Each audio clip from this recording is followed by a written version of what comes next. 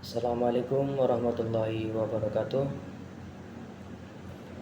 Perkenalkan, nama saya Ahmad Fatoni, mahasiswa Universitas Siber Asia, Prodi PJJ Informatika. Di sini saya akan mempresentasikan tentang makalah yang berjudul Artificial Neural Network dan Penerapannya.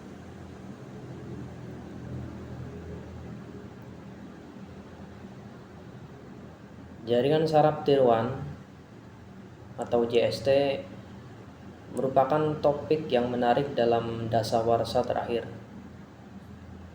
Jaringan saraf tiruan merupakan bidang kajian yang menarik untuk dibahas, baik dari segi aplikasi maupun perkembangannya.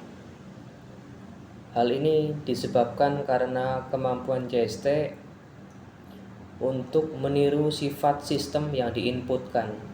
Jadi JST merupakan suatu model kecerdasan yang dipahami dari struktur otak manusia dan kemudian diimplementasikan menggunakan program komputer yang mampu menyelesaikan sejumlah proses perhitungan selama proses pembelajaran berlangsung.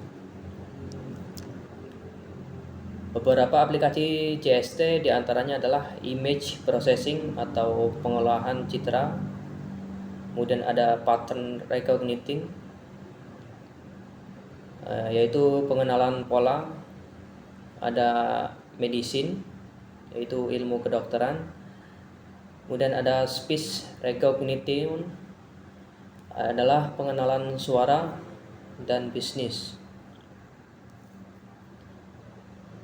Untuk keunggulan utama JST adalah kemampuannya untuk mempelajari pola-pola yang kompleks dan non-linear dalam data dengan melakukan proses pembelajaran dari contoh-contoh yang diberikan. Jadi JST dapat menghasilkan model yang mampu melakukan prediksi atau klasifikasi berdasarkan pola-pola yang ditemukan dalam data tersebut. Dalam konteks aplikasinya, JST telah digunakan dalam berbagai bidang, termasuk pengenalan wajah, pengenalan suara, pengolahan citra medis, prediksi harga saham, dan banyak lagi. Karena fleksibilitasnya dan kemampuannya untuk menyesuaikan diri dengan masalah yang berbeda, JST terus menjadi fokus penelitian dan pengembangan dalam dunia kecerdasan buatan dan ilmu komputer secara umum. Jadi, jaringan saraf tiruan itu adalah metode atau algoritma yang dapat membuat komputer mempunyai otak pintar seperti manusia yang bisa beradaptasi terhadap masalah. Ada 3 paradigma bagaimana jaringan saraf tiruan dapat berpikir dan beradaptasi terhadap suatu masalah. Untuk yang pertama adalah supervised learning, yaitu pembelajaran terawasi.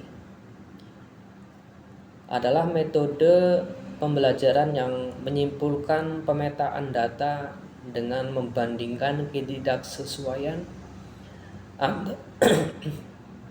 antara pemetaan data saat ini yang mengandung knowledge saat ini dengan pemetaan data sebelumnya yang mengandung knowledge sebelumnya. Kemudian yang kedua adalah unsupervised learning, yaitu pembelajaran tidak terawasi. Adalah metode pembelajaran yang mengelompokkan unit-unit yang hampir sama dalam area tertentu. Metode ini bisa digunakan untuk mengklasifikasikan pola.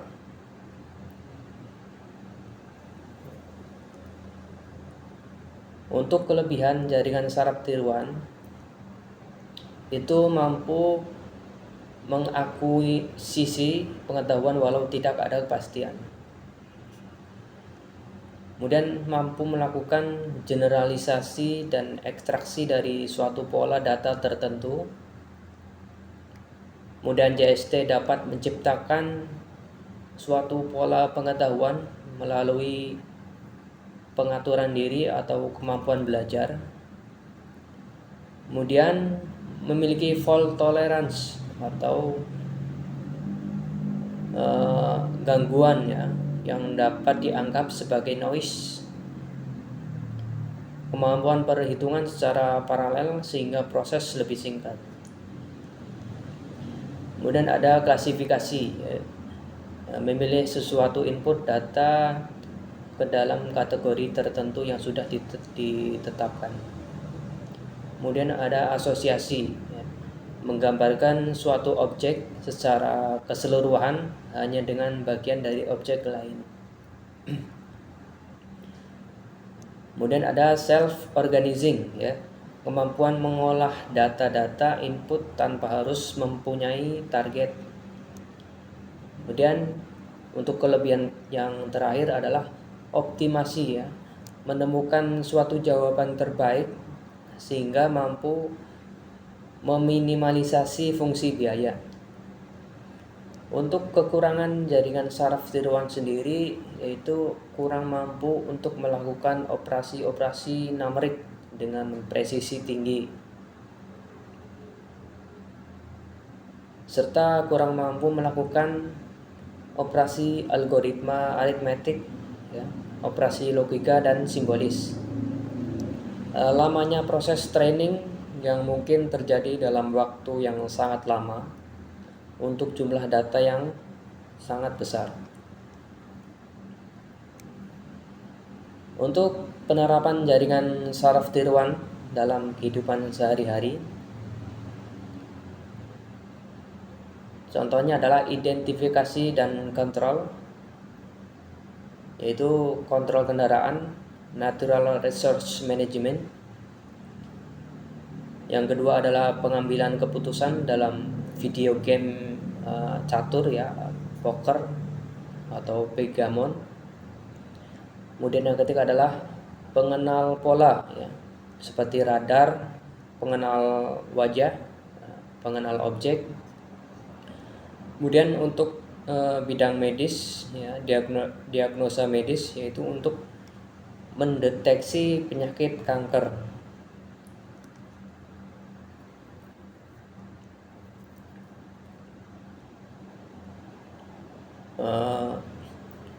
Penerapan jaringan saraf tiruan pada bidang kesehatan. Sistem kecerdasan buatan telah digunakan, salah satunya adalah algoritma genetik yang memungkinkan simulasi proses evolusi dan rekayasa genetik diuji coba tanpa memerlukan korban makhluk hidup. Algoritma ini juga dapat digunakan untuk pencocokan DNA yang sering digunakan dan saat ini mungkin populer untuk mengidentifikasi identitas seseorang.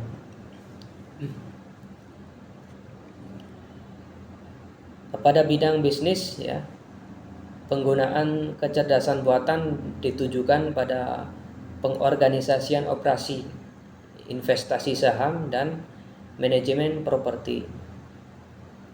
Sebuah sistem yang memiliki kecerdasan buatan dapat mengkalkulasi inflasi maupun deflasi yang akan terjadi di masa depan, serta dapat mengkalkulasi probabilitas naik turunnya harga saham sehingga dapat digunakan untuk menentukan investasi secara detail.